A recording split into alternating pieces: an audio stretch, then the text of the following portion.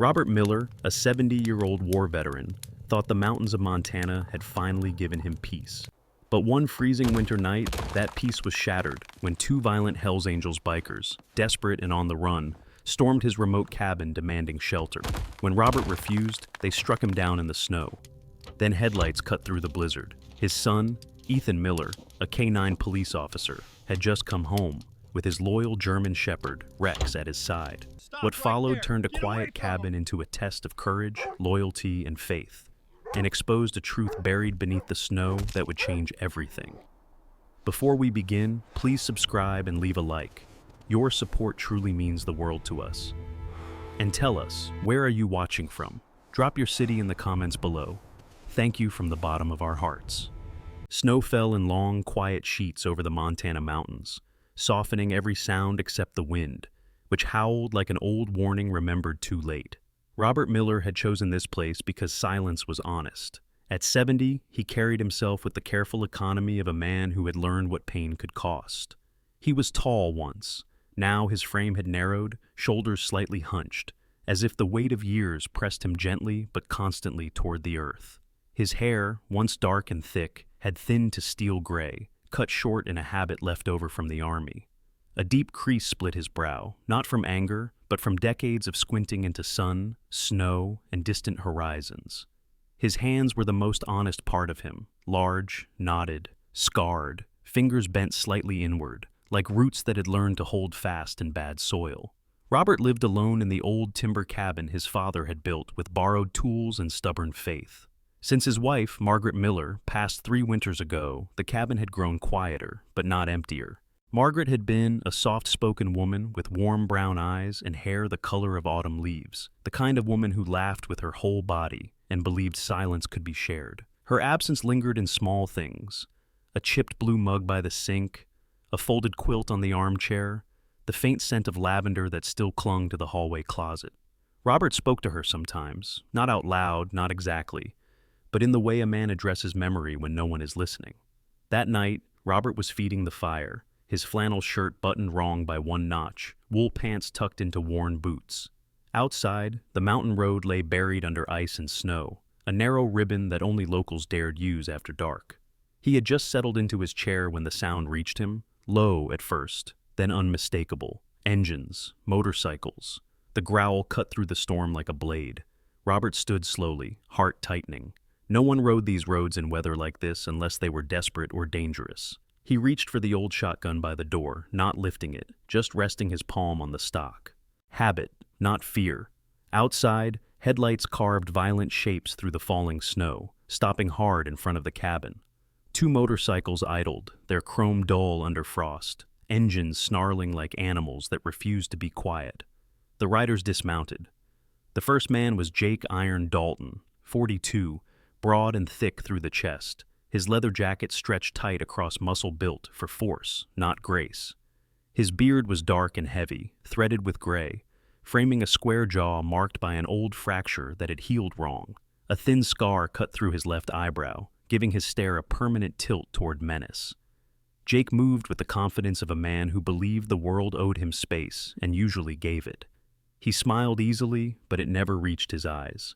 Behind him stood Luke Grim Walker, 38, leaner, longer-limbed, with sharp angles where Jake had bulk. Luke's face was narrow, almost wolfish, with hollow cheeks and pale eyes that never seemed to settle on one place. His hair was black and pulled back tight, exposing ears bent slightly from old fights. Unlike Jake, Luke rarely smiled. When he did, it was brief and humorless, a reflex learned in places where kindness had been mistaken for weakness. Both men wore the unmistakable patches of the Hells Angels, stitched onto black leather like a warning that had learned how to walk. Snow clung to their boots and shoulders, melting into dark stains. Robert opened the door before they knocked. He did not believe in pretending not to hear trouble. Jake spoke first, voice loud enough to compete with the engines. "Evening, old man. Weather's hell out here. We need a place to wait it out." His tone carried the shape of a request, but not the substance. Robert studied them, eyes calm, measuring. He had seen men like this before, though not in leather, not on motorcycles. War had taught him the difference between men who asked and men who took. "This isn't a stop," he said evenly. "Road's clear enough if you keep moving." Luke laughed softly, a sound without humor. That's not friendly. Robert felt the familiar tightening in his chest. Not fear, but something older. Grief, maybe. Or resolve. Friendliness isn't something you earn by showing up uninvited, he replied. Jake stepped closer. Up close, he smelled of gasoline, sweat, and cold metal. You don't recognize us, do you? He said. That's fine. Makes things simpler.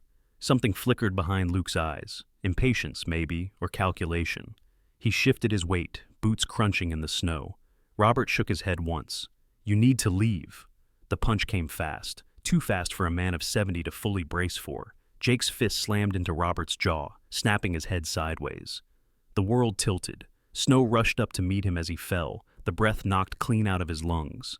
Pain bloomed white and hot, then settled into a deep, throbbing ache. He tasted blood. As he lay there, staring up at the dark sky, snowflakes landing on his face and melting into warmth, one thought rose above the rest, steady and unafraid. Margaret would have hated this. Jake loomed over him, boots inches from Robert's head. Should have opened the door, he said. Blood seeped into the snow, red against white, bright and unforgiving.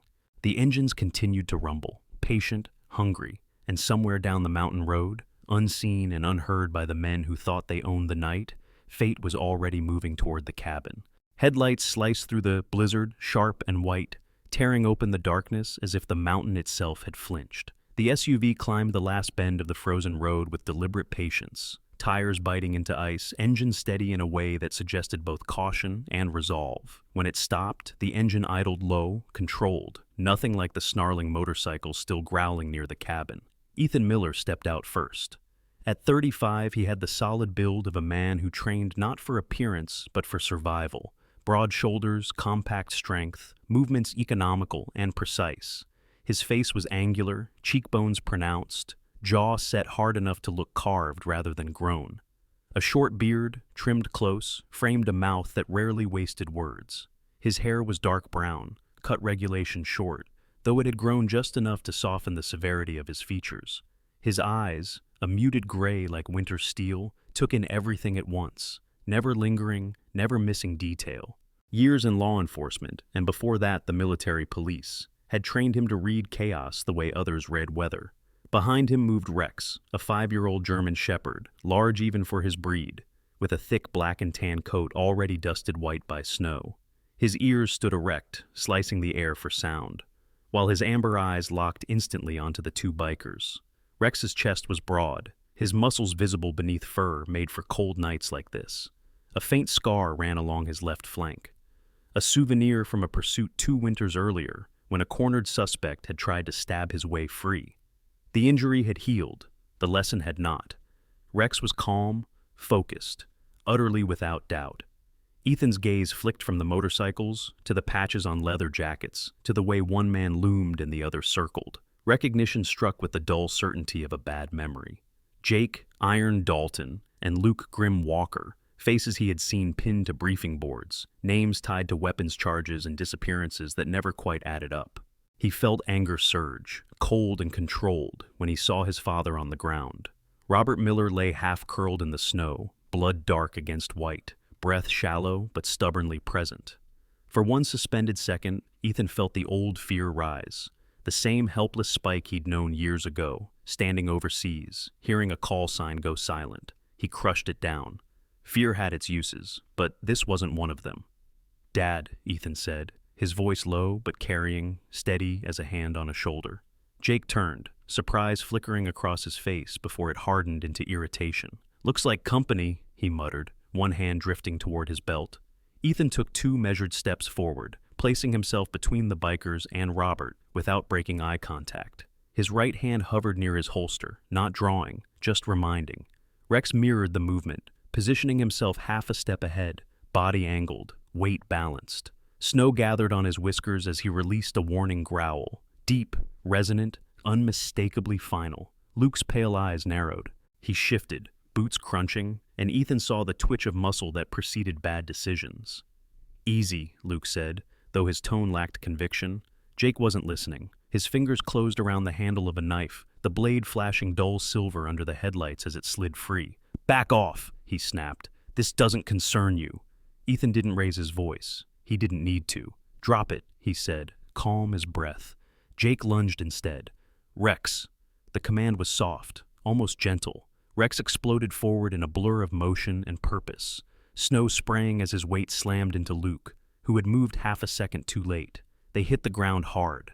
Luke shouted, the sound sharp with shock and pain, as Rex pinned him with practiced precision, teeth locked on the sleeve of his jacket. Pressure exact, controlled, devastating. Jake swore and spun back toward his bike.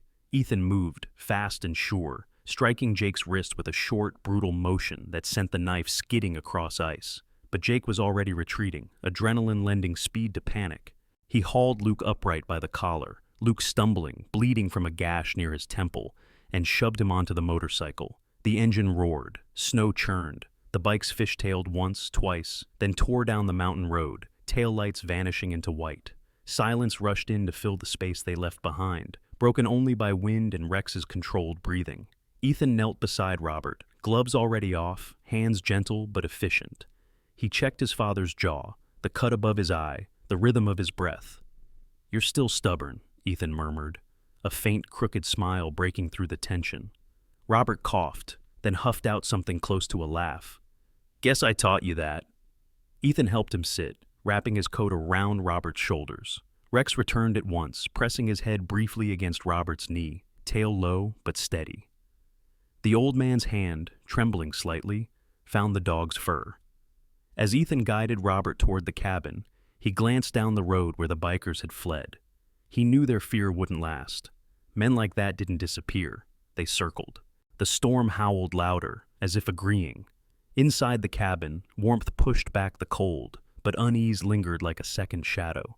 Ethan cleaned Robert's wounds in silence, mind already racing ahead. He had seen the look in Jake's eyes when he fled, rage sharpened by humiliation. This wasn't over. It had only just begun. Morning came slowly to the mountains, not with warmth, but with a pale, exhausted light that made the snowfields look bruised instead of pure. The storm had passed, leaving behind a silence so deep it felt deliberate, as if the land itself were holding its breath.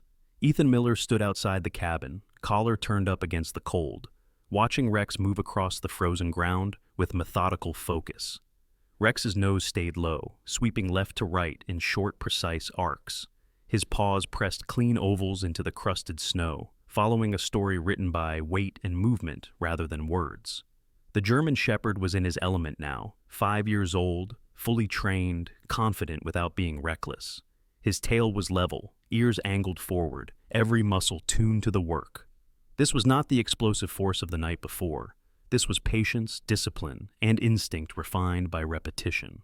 The sound of another engine approached from down the ridge road, slower and heavier than the motorcycles had been. A county patrol truck pulled into view, tires crunching deliberately. Deputy Mark Collins stepped out, stamping his boots against the cold. Mark was in his early 40s, tall but slightly stooped, with a long face weathered by years of wind and sun. His sandy hair was thinning at the crown, usually hidden beneath a battered sheriff's cap he refused to replace. A thick mustache sat above his upper lip, carefully trimmed, a quiet nod to tradition. Mark's eyes were sharp, though, and carried the wary humor of a man who had learned not to trust easy answers. Years earlier, a botched investigation, one where evidence vanished before it reached court, had taught him to look twice at everything and believe half of what he was told. "Looks like they didn't go far," Mark said, crouching near a set of tire tracks Rex had uncovered. The marks were deep, uneven, one side dragging more than the other. One bike was struggling. "Luke was injured," Ethan replied. "They were in a hurry." Rex stopped suddenly, letting out a short, focused huff. He turned his head toward the trees, then trotted forward, leading them away from the cabin. The trail cut through a stand of pines where the snow lay thinner, disturbed by recent passage. The deeper they went, the clearer the signs became. Broken branches, scraped bark, the faint smell of oil and metal. They emerged an hour later at the edge of an abandoned mining site, half buried under decades of neglect. Rusted fencing leaned at tired angles, warning signs bleached white by sun and snow. The mine entrance yawned dark and low against the hillside, like a mouth that had learned to stay shut. Mark exhaled slowly. "This place hasn't been active since the 70s. "Officially," Ethan said. Rex circled the entrance, sniffed once, then sat. The message was clear. Someone had been here recently. Back at the cabin, Robert Miller sat at the table, hands wrapped around a mug he hadn't touched. In daylight, the bruising on his jaw looked darker, angrier, but his posture was steady. He listened as Ethan described the mine, eyes fixed on the grain of the wood beneath his hands. When Ethan finished, Robert nodded once, as if confirming something he had already known. "There's a reason they came here," Robert said quietly. His voice carried the weight of memory, rather than fear. "And it's not just shelter." Ethan leaned back in his chair. "Then tell me." Robert hesitated. For a moment, he looked older than his 70 years, lines deepening around his eyes. Then he sighed. "After the war, I worked a few years hauling freight through these mountains. Back then, this road wasn't just for locals. It was quiet, remote, perfect if you didn't want to be seen." Mark shifted his weight, listening. "There were nights," Robert continued, "when I was paid extra not to ask questions. Crates sealed tight, men who didn't want paperwork, guns, mostly. Sometimes parts, sometimes things I never opened." He swallowed. "That mine wasn't abandoned, not really. It was used as a transfer point. Temporary storage." Ethan felt a chill that had nothing to do with the cold. "I walked away when I realized what it was," Robert said. "But I remembered faces, routes, details." His gaze lifted to meet Ethan's. "And some of those men, they didn't all disappear." Mark frowned. "You're saying Dalton and Walker are cleaning up," Ethan finished. "Erasing loose ends." Robert nodded. "Last month, I got letters, no return address, just words cut from magazines. Leave the past buried. Snow covers everything." I ignored them. His mouth tightened. "Guess they got tired of waiting." Rex rose and moved closer to Robert, resting his chin briefly against the old man's knee. Robert's hand found the dog's head, fingers curling into thick fur. Ethan stood and looked out the window toward the ridge, toward the mine hidden beyond trees and snow. The pieces were fitting together now, forming a picture he didn't like. Jake and Luke hadn't just stumbled onto the cabin. They had come with intent, with a plan shaped by desperation, and old crimes dragged back into the light. "They're not done," Ethan said. "If they think you can still talk, they'll come back." Mark straightened. "Then we don't wait." Outside, the wind picked up again, sending fine snow skittering across the ground like whispers trying to escape. Beneath that snow lay more than frozen earth. There were secrets, and men willing to kill to keep them buried. Ethan knew one thing with absolute certainty now. The attack on his father wasn't an accident. It was the opening move. Night fell fast, swallowing the mountains in layers of wind and snow, and the blizzard returned with a cruel patience, as if it had been waiting for the right moment to close its fist. The abandoned mine crouched against the hillside like a scar that refused to heal, its rusted beams groaning softly as gusts pushed through broken timbers. Ethan Miller moved first, boots placed with care, his breath measured and quiet. In the dark, his face looked harder, angles sharpened by resolve rather than light. The night's cold reminded him of long patrols overseas, where snow meant cover for men who didn't want to be found, and danger came wrapped in silence. Behind him, Deputy Mark Collins followed, shoulders tense beneath his parka, eyes alert beneath the brim of his cap.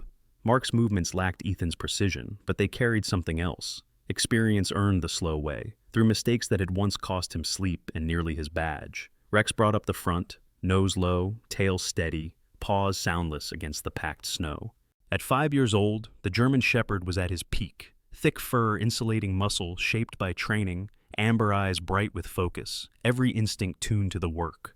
The smell was stronger now, fuel, oil, old iron, and something acrid that tightened the back of Ethan's throat.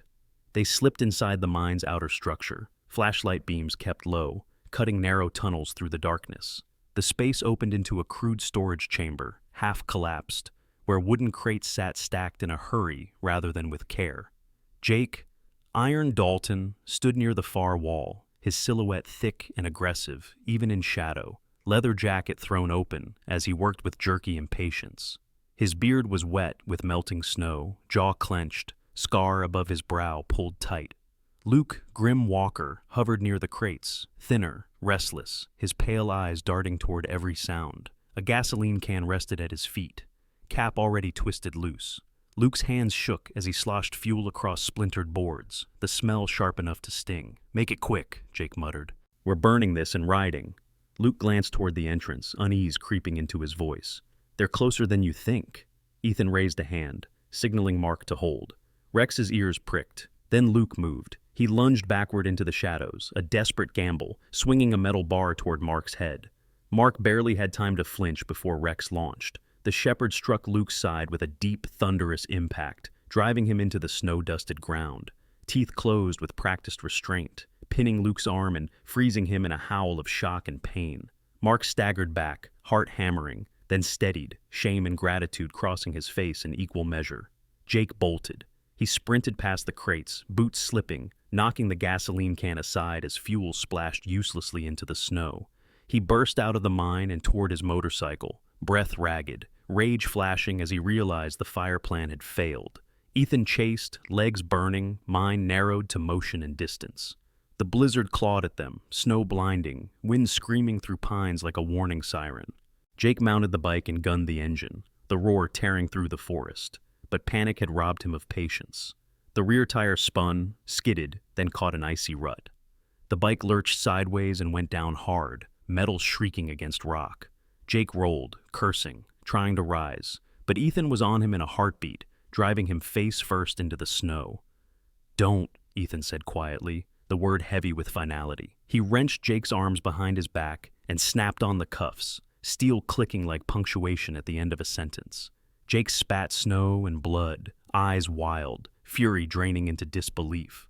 Behind them, Rex held Luke pinned, breath fogging the air, growl low and constant, while Mark secured the second set of cuffs with shaking hands that slowly steadied as the moment passed.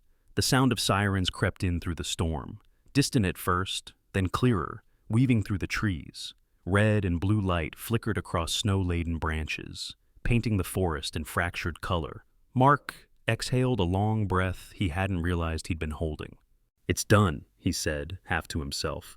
Ethan looked down at Jake, then back toward the mine, toward the crates that would never burn. He thought of his father's blood in the snow, of letters cut from magazines, of secrets meant to stay buried. "It stopped," he corrected. When the troopers arrived, boots crunching and radios crackling, the night finally began to loosen its grip. Jake and Luke were lifted, searched, and led away, their patches dulled and powerless under flashing lights. Rex trotted back to Ethan and sat, snow clinging to his whiskers, eyes calm again, job complete. Ethan knelt, resting his forehead briefly against the dog's broad skull, gratitude passing between them without words. As the sirens faded and the blizzard softened, the forest exhaled, and the long chase that had begun at a lonely cabin ended beneath falling snow. Spring arrived quietly in the mountains, not with sudden warmth, but with patience. Snow retreated inch by inch, slipping from rooftops and branches, as if embarrassed by how long it had lingered. The wooden cabin stood the same, weathered and stubborn, yet something around it had changed. The air felt lighter, as though the land itself had exhaled after holding its breath through winter. Robert Miller sat on the porch that morning, wrapped in his old olive-green jacket, the fabric softened by decades of use. The bruises from the night of the attack had faded into faint yellow shadows, but they had left something else behind, a clarity he had not felt in years. At 70, his body still complained when he stood too fast, but his eyes had regained a sharpness that surprised even him. They were the eyes of a man who had faced down both memory and fear, and found neither unbeatable. Beside him stood a simple wooden plaque, newly mounted near the cabin door. It bore his name and a short citation from the county, honoring his cooperation in dismantling an interstate weapons operation. Robert had accepted the recognition politely, then folded the letter and set it aside. Medals and words mattered less to him now than mornings like this. Ethan Miller stepped out of the cabin carrying 2 mugs of coffee. He moved differently these days, still disciplined, still alert, but no longer wound tight as a drawn wire. His shoulders had eased and the lines around his eyes softened when he looked at his father. The decision to transfer back to the small mountain town had not been easy. Colleagues had warned him about career momentum, about stepping away from bigger cases. Ethan had listened, then chosen something else. Years earlier, losing a partner overseas had taught him how quickly later could disappear. He was not willing to postpone family again. He handed 1 mug to Robert and sat on the porch step, steam curling upward between them. "Snow's almost gone from the north slope," Ethan said. Robert nodded, watching droplets fall from the roof into the mud below. "Give it another week. Grass will come back stubborn as ever." At Ethan's feet lay Rex, stretched comfortably across the planks. The German shepherd's coat had shed its winter thickness, revealing the powerful frame beneath. At 5 years old, Rex carried himself with the quiet confidence of a dog who knew his place in the world. Children from town now recognized him instantly, whispering his name like it belonged to a legend. Rex accepted the attention with calm dignity, tail wagging once or twice, never more. Heroics to him had been nothing more than duty performed correctly. Later that morning, a county cruiser rolled up the drive, moving slow out of respect rather than caution. Sheriff Alan Brooks stepped out, a broad man in his late 50s with a round face reddened by years of cold wind and strong coffee. His uniform fit comfortably, not sharply, reflecting a leadership style built on trust rather than intimidation. Brooks had spent most of his career cleaning up other people's wusses, which had left him with a dry sense of humor and a deep appreciation for honest endings. "Thought I'd check in," Brooks said, tipping his hat to Robert. "Make sure the mountain's treating you right?" Robert smiled. "It always does. Just tests you first." Brooks glanced at Ethan. "Paperwork's final. Case is closed." He paused, then added quietly, "You did good work, both of you." When the cruiser left, the sound of its engine faded quickly, swallowed by birdsong and wind through the pines. For the first time in months, there were no sirens chasing echoes in Ethan's mind. That afternoon, townsfolk stopped by in small, unannounced waves. A woman left a pie on the porch without knocking. A teenage boy asked if Rex really took down a biker twice his size. Ethan answered with a half smile and a shrug, letting the myth grow where it wanted. Robert watched it all with gentle amusement, feeling connected again in a way he hadn't since Margaret's passing. As evening approached, father and son returned to the porch. The sun dipped behind the ridge, painting the snowmelt gold. Coffee had been replaced with silence, the comfortable kind that no longer needed explanation.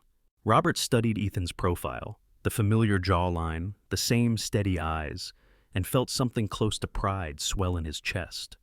"You know," Robert said at last, voice low, "I spent most of my life thinking strength meant enduring alone." Ethan looked at him, listening. "Turns out," Robert continued, "it means knowing when to stand, and when to let someone stand with you." He glanced down at Rex, who lifted his head briefly, ears flicking at the sound of his name. "And sometimes it comes on 4 legs." Ethan smiled, warmth spreading through him in a way no commendation ever had. The last light of day caught on the cabin windows, glowing like a promise kept. As night settled gently over the mountains, there was no sense of waiting this time, only the quiet certainty that some battles, once faced, truly stayed finished. Sometimes miracles don't arrive with thunder or blinding light. Sometimes they come quietly, disguised as timing, courage, or the sudden arrival of help when hope feels thin. In the frozen mountains, it wasn't brute strength that saved a family. It was faith that refused to give up, love that stood its ground, and a reminder that God often works through ordinary people who choose to do what is right. When the world grows cold and unfair, when fear knocks at your door, remember this: you are never as alone as you feel. Even in silence, God is moving, arranging moments, guiding footsteps, and placing the right souls in your path. Sometimes on 2 legs, sometimes on 4. In our daily lives, we all face storms that try to push us back: loss, injustice, loneliness, or exhaustion of the heart. This story is a reminder to hold on, to stand firm, to believe that light still breaks through, even after the longest winter.